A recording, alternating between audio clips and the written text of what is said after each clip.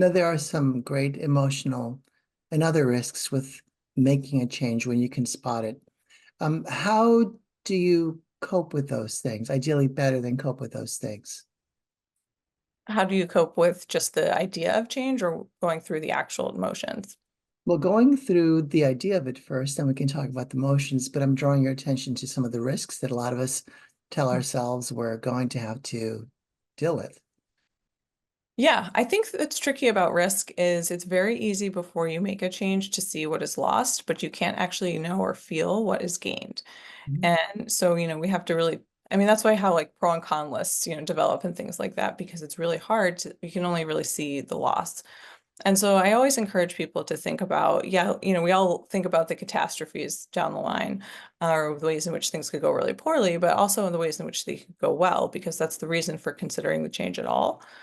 And if the reasons for making the change are, make you feel positive and excited and enthusiastic, well, you have to learn to manage the downside to that as well. And that's a really complicated thing to do, and it's really dependent on someone's personal situation, where they work, the culture of their workplace, financial, incentives, things like that. So it's a complicated thing to do, but I think taking a bigger step back and trying to get away from the fear, because making fear-based decisions isn't always the best idea.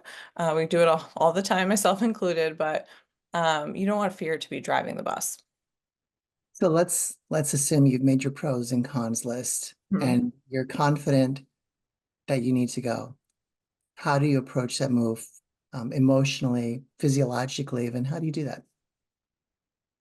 I think one way to manage the emotional piece is actually via logistics.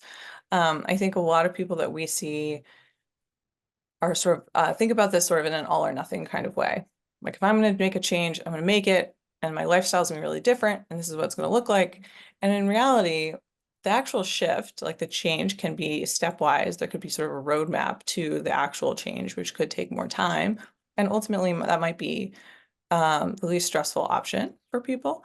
So, for example, instead of I have a lot of clients, or we have a lot of clients who really want to just go into work one day, throw their book out the windows, be like, see you guys, peace out. You guys were the worst, and have a whole thing. But in reality, um, just making a clean break and then finding something new is really hard. And also the transition from one workplace culture to another is also really difficult.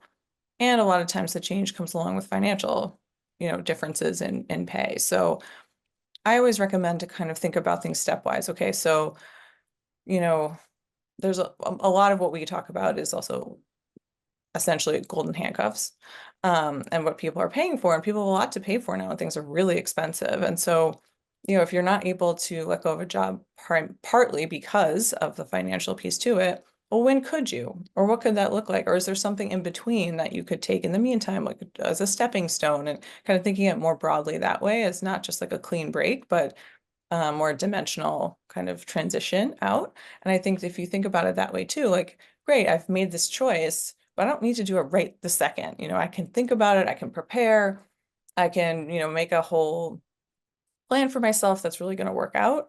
I think that can really diminish a lot of the fear and anxiety and worry that people have about making such a big transition. Yeah, you mentioned the golden handcuffs. Mhm. There is this sunken cost fallacy. A lot of the executives we work with who are struggling and are thinking, well, I really want to make a change. I'm unhappy. I'm unappreciated. I am not paid what I'm worth.